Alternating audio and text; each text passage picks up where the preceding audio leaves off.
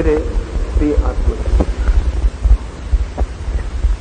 एक छोटी सी कहानी से मैं अपनी बात शुरू करना चाहूंगा। सुना है मैंने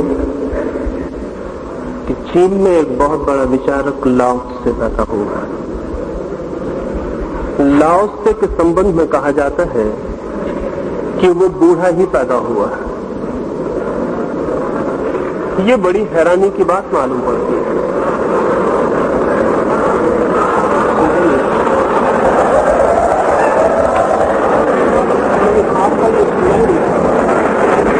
लाओ त्से के संबंध में ये बड़ी हैरानी की बात कही जाती रही है कि वो बूढ़ा ही पैदा हुआ। इस पर भरोसा आना मुश्किल, मुझे भी भरोसा नहीं और मैं भी नहीं मानता कि कोई आदमी बूढ़ा पैदा हो सकता है। लेकिन जब मैं इस हमारे भारत के लोगों को देखता हूं तो मुझे लाओ त्से की कहानी पर भरोसा आना शुरू हो जाता है। ऐसा मालूम होता है कि हमारे देश में तो सारे लोग बूढ़े ही पैदा होते हैं। मुझे कहा गया है कि युवक और भारत के भविष्य के संबंध में थोड़ी बातें आपसे कहूं तो पहली बात तो मैं ये कहना चाहूंगा,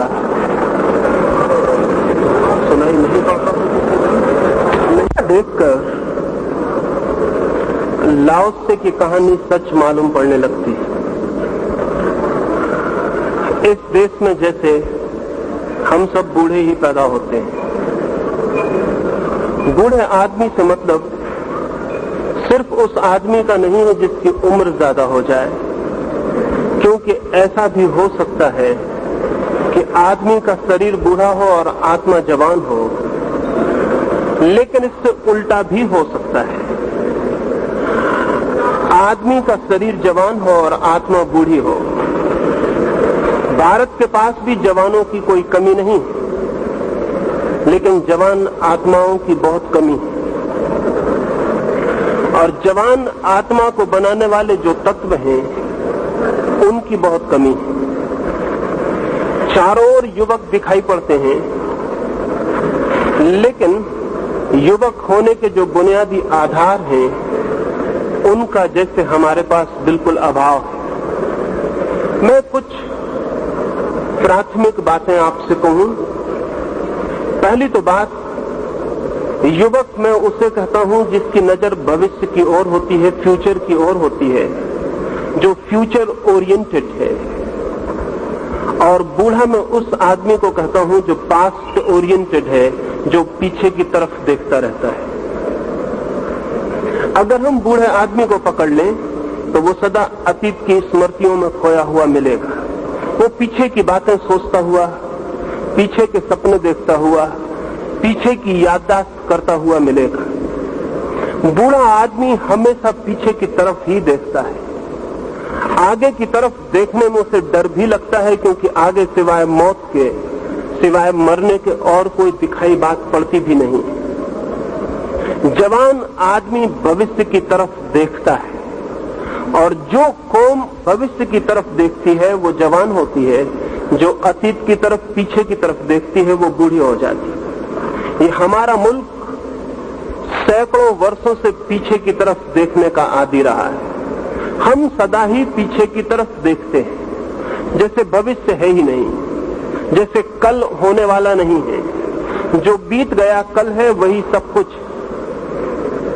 ये जो हमारी दृष्टि है ये हमें बूढ़ा बना देती है। अगर हम रूस के बच्चों को पूछें तो वे चांद पर मकान बनाने के संबंध में विचार करते मिलेंगे। अगर अमेरिका के बच्चों को पूछें तो वे भी आकाश की यात्रा के लिए उत्सुक हैं। लेकिन अगर हम भारत के बच्चों को पूछें तो भारत के बच्चों के पास भविष्य की कोई भी योजना, भविष्य की कोई कल्पना, भविष्य का कोई भी स्वप्न, भविष्य का कोई उटोपिया नहीं है। और जिस देश के पास भविष्य का कोई उटोपिया न हो वो देश भीतर से सड़ना शुरू हो जाता है और मर जाता है। भविष्य जिंदा रहने का राज, भविष्य के कारण ही आज हम निर्मित करते हैं, भविष्य के लिए ही आज हम जीते और मरते हैं। जिनके मन में भविष्य की कोई कल्पना खो जाए उनका भविष्य अंधकारपूर्ण हो जाता है। लेकिन इस मुल्क ने न मालूम किस दुर्भाग्य के क्षण में भविष्य की तरफ देखना बंद करके अतीत की तरफ ही देखना तय कर रखा है। हम अतीत के ग्रंथ पढ़ेंगे, अतीत के महापुरुषों का स्मरण करेंगे, अतीत की सारी बातें हमारे मन में बहुत स्वर्ण की होकर बैठ गई हैं। बुरा नहीं है कि हम अतीत के महापुरुषों को याद करें, लेकिन खतरनाक हो जाता है अगर भविष्य की तरफ देखने में हमारी स्मृति बाधा बन जाए। कार हम चलाते हैं तो पीछे भी लाइट रखने पड़ते हैं, लेकिन अगर किसी गाड़ी में सिर्फ पीछे ही लाइट हो और आगे लाइट हम तोड़ ही डालें तो फिर दुर्घटना के अतिरिक्त और कुछ भी नहीं हो सकता। गाड़ी में भी रियर व्यू मिरर रखना पड़ता है, एक दर्पण रखना पड़ता है जिसमें से पीछे से दिखाई पड़े, लेकिन ड्राइवर को हम पीछे की तरफ मुंह करके नहीं बैठा सकते। अतीत का इतना ही उपयोग है जितना रियर व्यू मिरर का एक कार में उपयोग होता है। पीछे का भी हमें दिखाई पड़ता रहे ये जरूरी है, लेकिन चलना भविष्य में है, बढ़ना आगे है, और अगर भविष्य की तरफ देखने वाली आंखें बंद हो जाएं तो दुर्घटना के अतिरिक्त और कुछ भी नहीं हो सकता। भारत का 2000 साल का इतिहास एक्सीडेंट्स का, दुर्घटनाओं का इतिहास। इन 2000 सालों में हम सिवाय गड्ढों में गिरने के किन्हीं ऊंचाइयों पर नहीं उठे। गुलामी देखी है, गरीबी देखी है, बहुत तरह की दीनता और बहुत तरह की परेशानी देखी है, और आज भी हमारे पास भविष्य की कोई ऐसी योजना नहीं है कि हम ये सोच सकें कि आने वाला कल आज से बेहतर हो सकेगा। वरन जवान से जवान आदमी से भी बात की जाए तो वो भी यही कहता हुआ मिलेगा कि कल और स्थिति के बिगड़ जाने का डर, रोज चीजें बिगड़ती चली जाएंगी, ऐसी हमारी धारणा है। इस धारणा के पीछे कुछ कारण, हमने अपने उटोपिया को पास्ट ओरिएंटेड रखा हुआ है। इस देश में हमने जो समय की धारणा की है, जो हमारा टाइम ऑर्डर है, वो ये कहता है कि सबसे अच्छा युग हो चुका, अब आने वाला युग बुरा होगा। सतयुग हो चुका, कलयुग हो रहा है, और रोज हम अंधकार में उतरते चले जाएंगे। जो भी अच्छा था वो बीत चुका। राम, कृष्ण, नानक, कबीर, बुद्ध, महावीर, जो भी अच्छे लोग हो सकते थे वो हो चुके। अब भविष्य में जैसे कोई अच्छे होने का हमें उपाय नहीं दिखाई पड़ता। लेकिन ध्यान रहे, जो भविष्य में अच्छे आदमियों को पैदा हम न कर पाए तो हमारे अतीत के अच्छे आदमी झूठे मालूम पड़ने लगेंगे। अगर हम भविष्य में और श्रेष्ठताएं न छू सके तो हमारे अतीत की सारी श्रेष्ठताएं काल्पनिक और कहानियां मालूम पड़ने लगेंगी, क्योंकि बेटा बाप का सबूत होता है, और अगर बेटे गलत निकल जाएं तो अच्छे बाप की बात सिर्फ मन भुलाने की बात रह जाती, वो गवाही नहीं रह जाता। भविष्य तय करेगा कि हमने अतीत में राम को पैदा किया या नहीं पैदा किया। अगर हम भविष्य में राम से बेहतर आदमी पैदा कर सकते हैं तो ही हमारे राम सच्चे साबित होंगे। अगर हम राम से बेहतर आदमी पैदा नहीं कर सकते तो दुनिया हमसे कहेगी कि राम सिर्फ कहानी है, यह आदमी तुमने कभी पैदा किया नहीं। अगर हम भविष्य में भीख मांगेंगे तो कोई मानने को राजी न होगा कि हमारे पास स्वर्ण की नगरियां थी, और अगर भविष्य में हम सिर्फ गुंडे और बदमाशों को पैदा करेंगे तो नानक पर कितने दिन तक भरोसा रह जाएगा कि ये आदमी हुआ था। ये बहुत ज्यादा दिन तक भरोसा नहीं रह जाएगा। इसलिए पीछे के अच्छे आदमियों को याद करना काफी नहीं है। अगर सच में ये अच्छे आदमी हुए हैं, हम ऐसा दुनिया को कहना चाहते हो, तो हमें इनसे भी बेहतर आदमी रोज पैदा करने होंगे। जो रोज ऊंचाइयां चढ़ते हैं वे ही गवाही दे सकते हैं कि उनके अतीत में भी उन्होंने ऊंचाइयां छुई होंगी।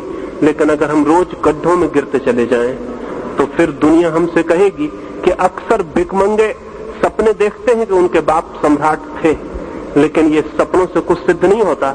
इससे सिर्फ इतना ही सिद्ध होता है कि भिखमंगे कंसोलेशंस खोज रहे हैं, सांत्वनाएं खोज रहे हैं, अपने मन को समझा रहे हैं। भूखा आदमी रात में सपना देखता है राजमहल में निमंत्रण मिलने का, लेकिन रात का सपना ये नहीं बताता कि राजमहल में निमंत्रण मिला है। मनोवैज्ञानिक कहते हैं कि उससे इतना ही पता चलता है कि वह आदमी दिन में भूखा रहा है। हम जब अतीत की बहुत ज्यादा चर्चा करते हैं तो शक पैदा होता है, और जब हम पीछे के लोगों की बहुत गौरव गरिमा की बात करते हैं तो शक पैदा होता है, क्योंकि दुनिया हमें देखती है। हम दुनिया को कहना चाहते हैं कि हम जगत गुरु थे, लेकिन आज दुनिया में एक भी ऐसी चीज नहीं है जो हम किसी को सिखा सकें। सारी चीजें हमें दूसरों से सीखनी पड़ रही हैं। ये जगत गुरु की नासमझी की बात बहुत दिन तक टिक नहीं सकेगी, और आज नहीं कल अगर दुनिया हमारा मजाक उड़ाने लगे और हमसे कहने लगे कि हम जगत गुरु होने का ख्याल इसीलिए मन में पैदा कर लिए हैं क्योंकि हम सारे जगत के शिष्य हो गए हैं, और इस बात को बुलाने के लिए, अपने अहंकार को बचाने के लिए हम इस तरह की बातें कर रहे हैं, तो इसमें बहुत आश्चर्य न होगा। आज सुई से लेकर हवाई जहाज तक भी हमको बनाना हो तो सारी दुनिया में कहीं और हमें सीखने जाना पड़ता है। आज हमारे पास सिखाने योग्य कुछ भी नहीं बचा है। आज हम दुनिया को कुछ भी सिखा नहीं सकते, लेकिन हम ये बात कहे चले जाएंगे कि हम कभी दुनिया के गुरु थे। ध्यान रहे, जब कोई कौम ये बात करने लगती है, पास्ट टेंस में जब कोई कौम बोलने लगती है, तो समझ लेना कि वो दीन हो गई। जब कोई कहने लगे कि मैं अमीर था, तब समझ लेना कि वो गरीब हो गया है। और जब कोई कहने लगे कि मैं ज्ञानी था, तब समझ लेना कि वो अज्ञान में गिर गया है। और जब कोई कहने लगे कि कभी हमारी शान थी, तो समझ लेना कि शान मिट्टी में मिल चुकी है। ये सारी बातें जो हम गौरव की करते हैं, हमारे धूलि में गिर जाने के अतिरिक्त और किसी बात का प्रमाण नहीं। अतीत को देखना उपयोगी हो सकता है, लेकिन अतीत को आंख में रखना खतरनाक है। आंख में तो भविष्य होना चाहिए, आने वाला कल होना चाहिए। जो बीत गया कल, वो बीत गया, उसकी धूल उड़ चुकी है। अब जमीन पर कहीं खोजने से उसे खोजा नहीं जा सकता। अब जिस रास्ते पर हम चल चुके वो रास्ता समाप्त हो गया है, और उस रास्ते पर बने हुए चरण चिन्ह अब कहीं भी नहीं खोजे जा सकते। जिंदगी की कहानी आकाश में उड़ते हुए पक्षियों की कहानी। अगर हम किसी पक्षी का पीछा करें तो उसके पैरों के कोई चिन्ह नहीं छूटते हैं कहीं भी। पक्षी उड़ जाता है, पीछे आकाश खाली हो जाता है। जिंदगी में कहीं कोई चिन्ह नहीं छूटते, जिंदगी में सब विस्मृत हो जाता है। जिंदगी तो प्रमाण मानती है आज को, आज हम क्या हैं यही प्रमाण होता है। आज हम क्या हैं अगर इसे सोचें तो दो तीन बातें ख्याल में आएंगी। हमसे ज्यादा गरीब आदमी आज पृथ्वी पर दूसरा नहीं, हमसे ज्यादा अशिक्षित कोई कौम नहीं, हमसे ज्यादा अवैज्ञानिक कोई जाति नहीं, हमसे ज्यादा कमजोर, हमसे ज्यादा हीन, हमसे कम उम्र, हमसे ज्यादा बीमार आज जमीन पर कोई भी नहीं है। दूसरे मुल्कों की औसत उम्र 80 वर्ष को छू रही है। दूसरे मुल्कों में आज रूस में 100 वर्ष के ऊपर हजारों बूढ़े, और 150 वर्ष के ऊपर भी कुछ बूढ़े। सारी दुनिया में गरीबी विदा होने के करीब है, और हमारी गरीबी रोज बढ़ती चली जाती। जब पिछले बार बिहार में अकाल पड़ा तो मैं एक स्वीडिश मित्र ने मुझे एक पत्र लिखा, और उसने लिखा कि हम अपने बच्चों को समझाने में बहुत असमर्थ हैं कि हिंदुस्तान में लोग भूखे मर रहे हैं। उसने मुझे लिखा कि जब मैं अपने छोटे बच्चे को कहा कि हिंदुस्तान में लोग भूखे मर रहे हैं और करोड़ों लोग भूखे मर जाएंगे, तो उस छोटे बच्चे ने कहा कि क्या उनके पास अगर रोटी नहीं है तो फल भी नहीं? तो उन्होंने कहा नहीं, उनके पास फल भी नहीं है। तो उस छोटे बच्चे ने कहा उनके रेफ्रिजरेटर में कुछ तो बचा होगा। तो उसके बाप ने कहा कि रेफ्रिजरेटर उनके पास है ही नहीं, उसमें बचने का कोई सवाल नहीं। उस बच्चे को समझना मुश्किल हुआ कि कोई कौम ऐसी हो सकती है जहां खाने को भी ना हो। सच में ही स्वीडन के बच्चे को समझना मुश्किल पड़ेगा। उसको मुश्किल इसलिए पड़ जाएगा क्योंकि बच्चा जो देखता है चारों तरफ, न किसी को भीख मांगते देखता है, न किसी को गरीबी में मरते देखता है, तो उसके लिए भरोसा करना मुश्किल है कि जमीन पर ऐसे लोग भी हैं जो करोड़ों की संख्या में भूखे मरने की हालत में आ सकते हैं। अभी एक अमेरिकी अर्थशास्त्री ने किताब लिखी है 1987, और उस किताब में उसने ये घोषणा की है कि 1987 में आज से केवल 7 साल बाद हिंदुस्तान में इतना बड़ा अकाल पड़ सकता है जिसमें कोई 10 करोड़ से लेकर 20 करोड़ लोगों के मरने की संभावना है। मैं दिल्ली में एक बहुत बड़े नेता से बात कर रहा था तो उन्होंने कहा 1987 भी बहुत दूर, अभी तो हमें 1972 की फिक्र, उसके बाद देखा जाएगा। अभी सिर्फ 1972 में जो इलेक्शन होगा उसकी नेता को फिक्र है। 7 साल बाद हिंदुस्तान में 10 करोड़ लोग मर सकते हैं, इसकी सारे दुनिया के अर्थशास्त्री राजी हैं इस बात के लिए कि ये होकर रहेगा, क्योंकि अमेरिका जितना हमें भोजन दे रहा है उतना अब आगे नहीं दे पाएगा, उसकी ताकत रोज कम होती जा रही है। अमेरिका में 4 किसान जितना काम करते हैं उनमें से 1 किसान की सारी ताकत हमें मिल रही है, और अमेरिका की ताकत देने की रोज कम होती चली जाती है। 1985 के बाद अमेरिका हिंदुस्तान को किसी तरह का अन्न देने में समर्थ नहीं होगा, और हम रोज बच्चे पैदा करते चले जाते हैं। हम सिर्फ एक चीज में बहुत प्रोडक्टिव हैं, हम बच्चे पैदा करने में बहुत उत्पादक हैं, हम बच्चे पैदा करते चले जाते हैं। अगर किसी दिन इस मुल्क में 10 करोड़ लोगों को किसी अकाल में मरना पड़ा तो बाकी जो लोग बचेंगे वो भी जिंदा हालत में नहीं बचेंगे, वो भी मरने की हालत में ही बचेंगे। उनका बचना बचने से भी बदतर होगा, उनका बचना शायद मरे हुए लोगों से भी ज्यादा कठिन और दूभर हो जाए। लेकिन क्या कारण है कि सारी जमीन पर धन बरस रहा है और हम गरीब होते चले जा रहे हैं? आज अमेरिका में धन बरस रहा है और अमेरिका की कुल उम्र 300 साल की। अमेरिका में जो समाज है आज वो 300 साल पुराना, और हमारी उम्र कम से कम 10,000 साल पुरानी।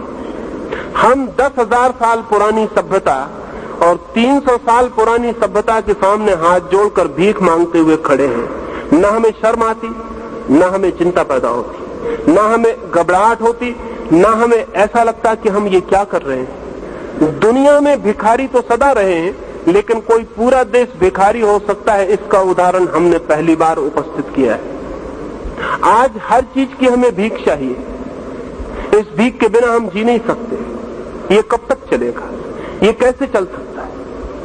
ये तब तक चलता ही रहेगा जब तक भविष्य को निर्मित करने की हमारे पास कोई दृष्टि नहीं, कोई फिलसफी नहीं जिसमें हम भविष्य को बनाने के लिए आतुर हो जाएं। हम सिर्फ पीछे की बातें करते रहेंगे तो भविष्य को निर्मित कौन करेगा? हम सिर्फ गुणगान करते रहेंगे अतीत का तो भविष्य के लिए श्रम कौन करेगा? तो मैं युवा आदमी का पहला लक्षण मानता हूं भविष्य के लिए उन्मुखता, और बूढ़े आदमी का लक्षण मानता हूं अतीत के प्रति लगाव। जिस आदमी के मन में भी भविष्य के प्रति लगाव है उसकी उम्र कुछ भी हो वो जवान, और जिस आदमी के मन में भविष्य की कोई कल्पना ही नहीं है और सिर्फ अतीत का गुणगान है उसकी उम्र कुछ भी हो वो बूढ़ा है। तो मैं ये आपसे कहना चाहूंगा कि भारत में अभी भी जवान आदमी बहुत कम। एक दूसरी बात भी आपसे कहना चाहूंगा, बूढ़ा आदमी मृत्यु से भयभीत होता है स्वभावतः। मौत करीब आती है तो बूढ़ा आदमी मृत्यु से डरने लगता है। जवान आदमी का लक्षण एक ही है कि वो मौत से घबराता ना हो। अगर जवान आदमी भी मौत से घबराता हो तो उसका मतलब इतना ही हुआ कि वो बहुत पहले ही बूढ़ा हो गया। हिंदुस्तान में मृत्यु का इतना भय है जिसकी कल्पना करनी मुश्किल है। होना सबसे कम चाहिए, क्योंकि हम अकेली कौम है सारी दुनिया में जिनका ऐसा मानना है कि आत्मा अमर है और मरती नहीं। हम सारी दुनिया में ये कहते रहे हैं कि आत्मा अमर है और मरती नहीं। ये बात सच, आत्मा अमर है और मरती नहीं, लेकिन कहने से ये बात सच नहीं होती। और जरूरी नहीं है कि जो लोग कहते हो वे ऐसा मानते भी हो। आदमी का मन बहुत उल्टा है। असल में जो आदमी मरने से डरता है वो भी कह सकता है कि आत्मा अमर है, और अपने मन को समझाने के लिए आत्मा की अमरता के सिद्धांत का उपयोग कर सकता है। हिंदुस्तान को देखकर ऐसा लगता है कि हम मरने से तो बहुत डरते हैं और साथ ही आत्मा के अमरता की बात भी किए चले जाते हैं। अक्सर ऐसा होता है कि बूढ़ा आदमी मंदिर में बैठकर आत्मा के अमरता का शास्त्र पढ़ने लगता है।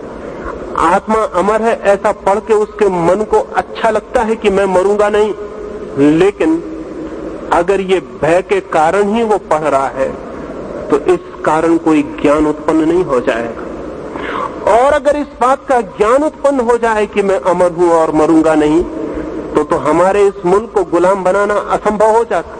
हम 1000 साल गुलाम रहे और हम कल भविष्य में किसी भी दिन गुलाम फिर हो सकते हैं। हमारे सारे उपाय ऐसे हैं कि हम किसी भी दिन गुलाम हो सकते हैं। लेनिन ने 1920 में एक घोषणा की थी मॉस्को में कि कम्युनिज्म मॉस्को से यात्रा करके पेकिंग होता हुआ, कलकत्ते से गुजरता हुआ लंदन पहुंच जाएगा। पेकिंग तो पहुंच गया और कलकत्ते में भी पैरों की आवाज सुनाई पड़ने लगी।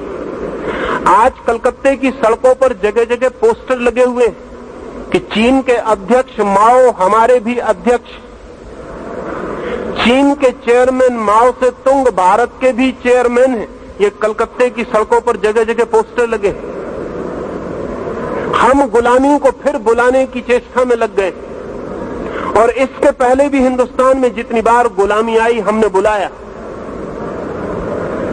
1000 साल गुलाम रहने के बाद भी हमें कुछ अंदाज नहीं है, हम फिर गुलामी बुला सकते हैं। हम नए नामों से गुलामी बुला लेंगे। कम्युनिज्म हिंदुस्तान के लिए गुलामी सिद्ध होगी और आज बंगाल में जो दिखाई पड़ रहा है कल पूरे हिंदुस्तान में दिखाई पड़ेगा।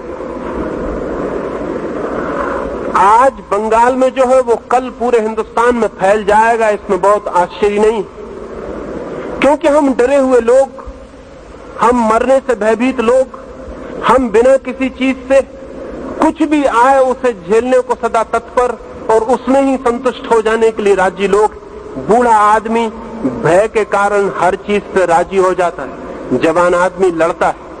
जवान आदमी जिंदगी को बदलने की कोशिश करता है, बूढ़ा आदमी जिंदगी जैसी होती है उसके लिए राजी हो जाता है। बूढ़ा आदमी कहता है सब भाग्य, जवान आदमी कहता है भाग्य हमारे श्रम के अतिरिक्त और कुछ भी नहीं।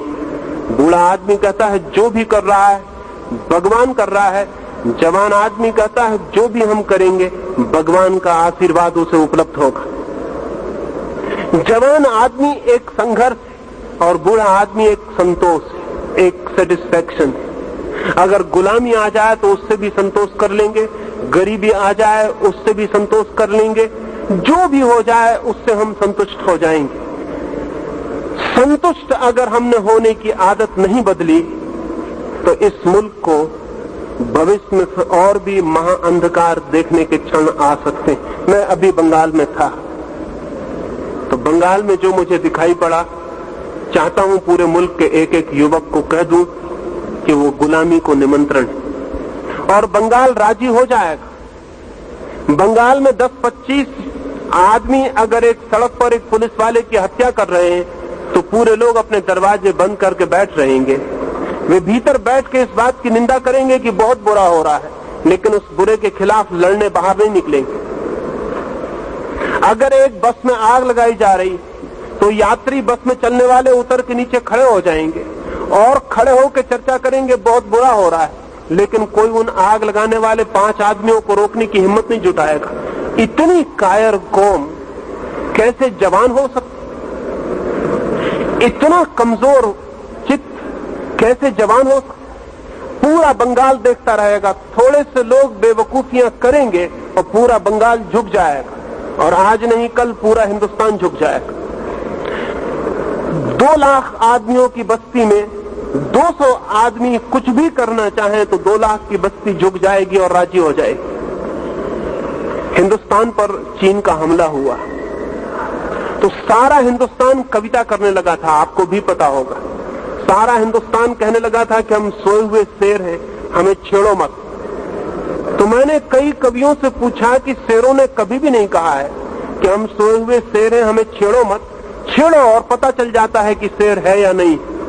कविताएं करने की जरूरत नहीं होती, लेकिन पूरे हिंदुस्तान ने कविताएं की, जगह जगह कवि सम्मेलन हुए, लोगों ने तालियां बजाई और जिन लोगों ने कविताएं की कोई को पद्मश्री की उपाधि मिल गई, कोई राष्ट्र कवि हो गया, किसी को राष्ट्रपति ने स्वर्ण पदक भेंट कर दिए और चीन हिंदुस्तान की जमीन दबा के बैठ गया और वो सोए हुए शेर तब फिर वापस कविता करके सो गए। उनका कुछ भी पता नहीं चला कि वो कहां चले गए।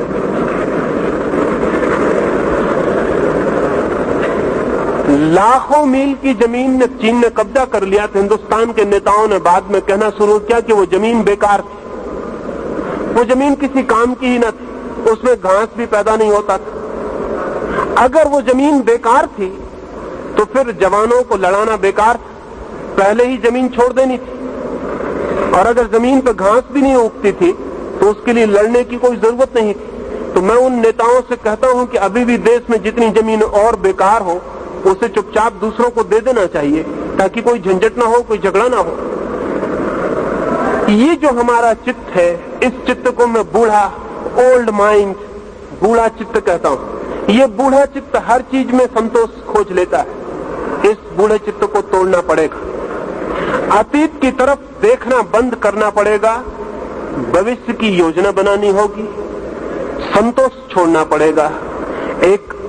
एक निर्माण की असंतोषकारी ज्वाला चाहिए, एक सृजन की आग चाहिए। और वो आग तभी होती है जब हम हर कुछ के लिए राजी नहीं हो जाते, जब हम दुख को मिटाने का संकल्प करते हैं, अज्ञान को मिटाने का संकल्प करते हैं, जब हम बीमारी को तोड़ने का संकल्प करते हैं, जब हम दीनता, दरिद्रता और दासता को मिटाने की कसम खाते हैं, तब भविष्य निर्मित होना शुरू होता है। एक छोटी सी कहानी और अपनी बात मैं पूरी करूंगा। मैंने सुना है जापान में एक छोटे से राज्य पर हमला हो गया, बहुत छोटा राज्य, और बड़े राज्य ने हमला किया। उसका सेनापति घबरा गया और उसने अपने सम्राट को जाकर कहा कि मैं लड़ने पर नहीं जा सकूंगा, सेनाएं कम हैं, साधन कम है, हार निश्चित, इसलिए व्यर्थ अपने सैनिकों को कटवाने की कोई जरूरत नहीं है, हार स्वीकार कर ले। उस सम्राट ने कहा कि मैं तुम्हें समझता था कि तुम एक बहादुर आदमी हो, जवान हो, तुम इतने बूढ़े साबित हुए। लेकिन जब सेनापति ने तलवार नीचे रख दी तो सम्राट भी बहुत घबराया। गांव में एक फकीर था, सम्राट उसके पास गया। जब भी कभी मुसीबत पड़ी थी उस फकीर से सलाह लेने वो गया। उस फकीर ने कहा कि इस सेनापति को फौरन कारागृह में डाल दो, क्योंकि इसकी ये बात कि हार निश्चित है, हार को निश्चित कर देगी। आदमी जो सोच लेता है वो हो जाता है। और जब सेनापति कहेगा हार निश्चित है तो सैनिक क्या करेंगे? उनकी हार तो बिल्कुल निश्चित हो जाएगी। इसे कारागृह में डाल दो, कल सुबह मैं सेनापति बनकर आपकी सेनाओं को युद्ध के मैदान पर ले जाऊंगा। राजा बहुत घबराया, क्योंकि सेनापति योग्य था, युद्धों का अनुभवी था, वो डर गया।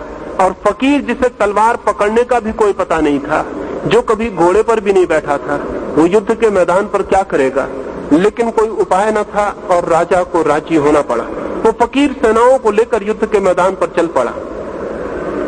राज्य की सीमा पर नदी को पार करने के पहले उस पार दुश्मन के पड़ाव थे।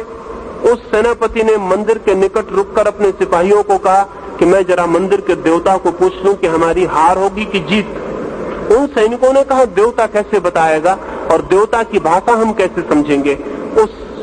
उस फकीर ने कहा भाषा समझने का उपाय मेरे पास। उसने खीसे से चमकता हुआ सोने का रुपया निकाला, आकाश की तरफ फेंका और मंदिर के देवता से कहा कि अगर हमारी जीत होती हो तो सिक्का सीधा गिरे और अगर हार होती हो तो उल्टा गिरे। सैनिकों की सांसें रुक गईं, जीवन मरण का सवाल था। वो रुपया नीचे गिरा, वो सीधा गिरा। उस फकीर ने कहा अब तुम फिक्र छोड़ दो, हार का अब कोई उपाय नहीं है। हम हारना भी चाहें तो अब हार नहीं सकते, परमात्मा साथ है। सिक्के को खीसे में रखते हुए युद्ध में कूद पड़े। 8 दिन बाद अपने से बहुत बड़ी फौजों को जीत कर वे वापस लौटे। उस मंदिर के पास से गुजरते थे तो सैनिकों ने फकीर को याद दिलाई कि परमात्मा को कम से कम धन्यवाद तो दे दे, जिस परमात्मा ने हमें जिताया। उस फकीर ने कहा परमात्मा का इससे कोई भी संबंध नहीं है, आगे बढ़ो।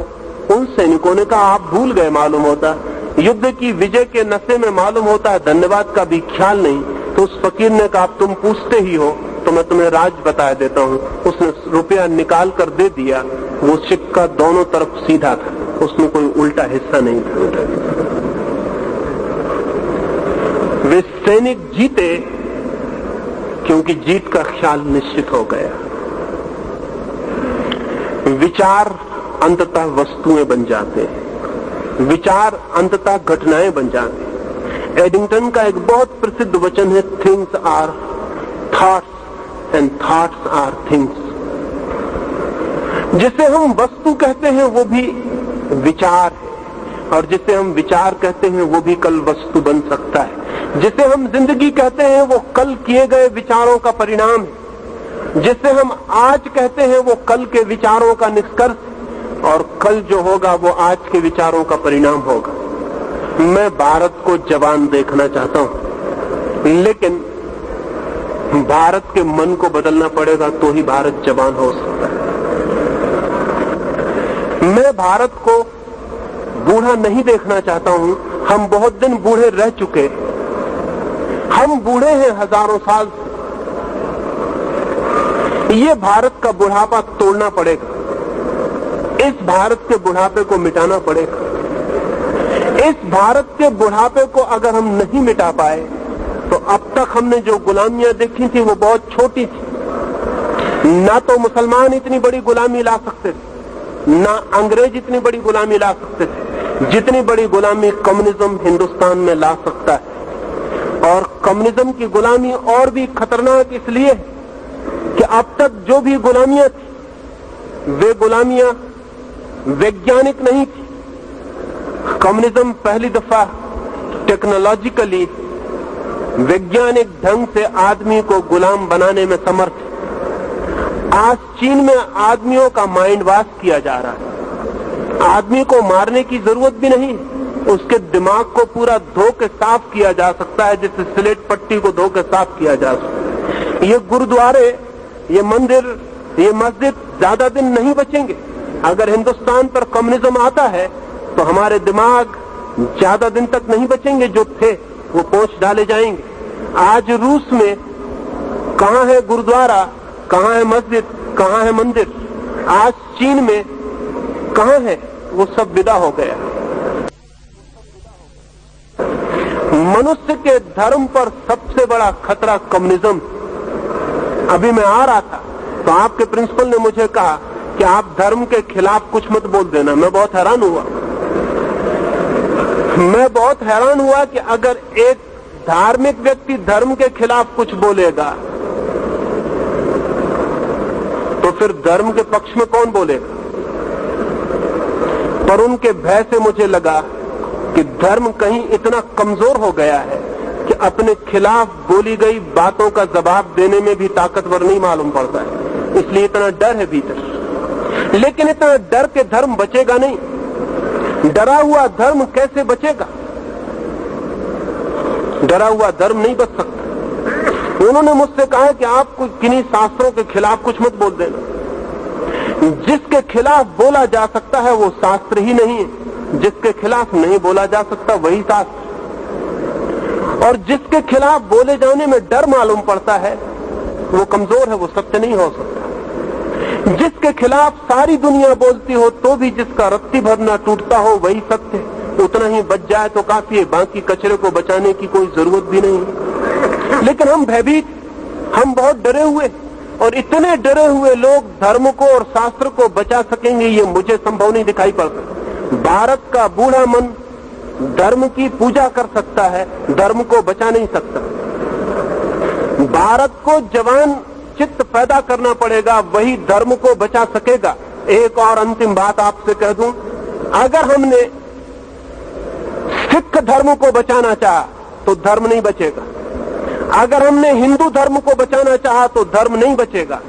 अगर हमने जैन धर्म को बचाना चाहा तो धर्म नहीं बचेगा। अगर हमने मुसलमान धर्म को बचाना चाहा तो धर्म नहीं बचेगा। अगर हमने धर्म को बचाना चाहा तो धर्म बच सकता है। असल में जब हम धर्मों को 50 हिस्सों में तोड़ देते हैं तो अधर्म से लड़ने की ताकत कम हो जाती है। अधर्म से लड़ेगा कौन? धर्म आपस में लड़ते हैं, मंदिर मस्जिद लड़ते हैं। कम्युनिज्म से कौन लड़ेगा? हिंदू मुसलमान लड़ते हैं, हिंदू सिख लड़ते हैं, हिंदू जैन लड़ते हैं। आज भी चीन में बौद्धों का मठ गिराया जा रहा है, मुसलमानों की मस्जिद गिराई जा रही है।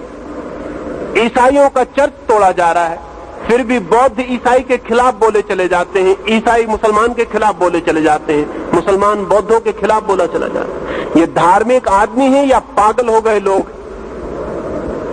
अगर धर्म को दुनिया में बचाना है तो धर्म को बचाने की तैयारी करनी पड़ेगी, छोटे छोटे मोह छोड़ने पड़ेंगे। मेरा धर्म नहीं बचेगा।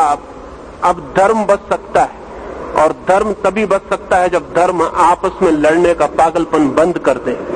अन्यथा धर्म आपस में लड़ते हैं, और अधर्म की तो कोई लड़ाई अधर्म से नहीं होती। ये कितने मजे की बात कि दुनिया में धर्म 350 और अधर्म 1। अधर्म का कोई विभाजन नहीं है और धर्म के इतने विभाजन। विभाजित धर्म बच नहीं सकेगा, अविभाजित धर्म बच सकता है। चाहे हिंदू हो, चाहे सिख, चाहे मुसलमान, चाहे जैन। अगर हम धर्म को बचाना चाहते हो तो कम्युनिज्म से टक्कर ली जा सकती, और अगर हमने अपने छोटे छोटे धर्मों को बचाने की कोशिश की तो ये सब डूब जाएंगे और अधर्म जीतेगा। अगर हम सत्य को बचाना चाहते हो तो हमें मेरे का आग्रह छोड़ देना चाहिए।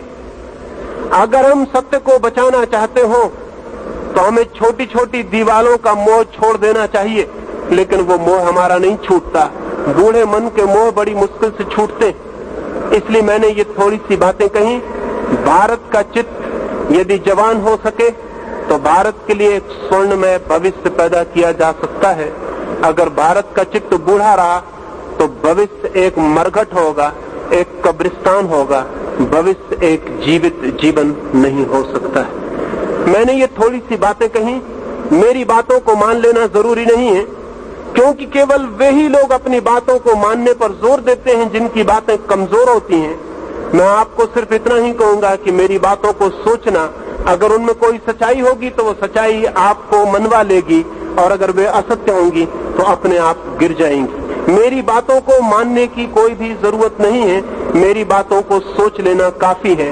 अगर आप सोचेंगे, विचारेंगे, तो जो सत्य होगा वो आपको दिखाई पड़ सकता है, और सत्य दिखाई पड़े तो जीवन में क्रांति शुरू हो जाती है और युवा चित्त का जन्म प्रारंभ हो जाता है। मेरी बातों को इतने प्रेम और शांति से सुना, उससे बहुत अनुग्रहित हूँ, और अंत में सबके भीतर बैठे परमात्मा को प्रणाम करता हूँ। मेरे प्रणाम स्वीकार करें।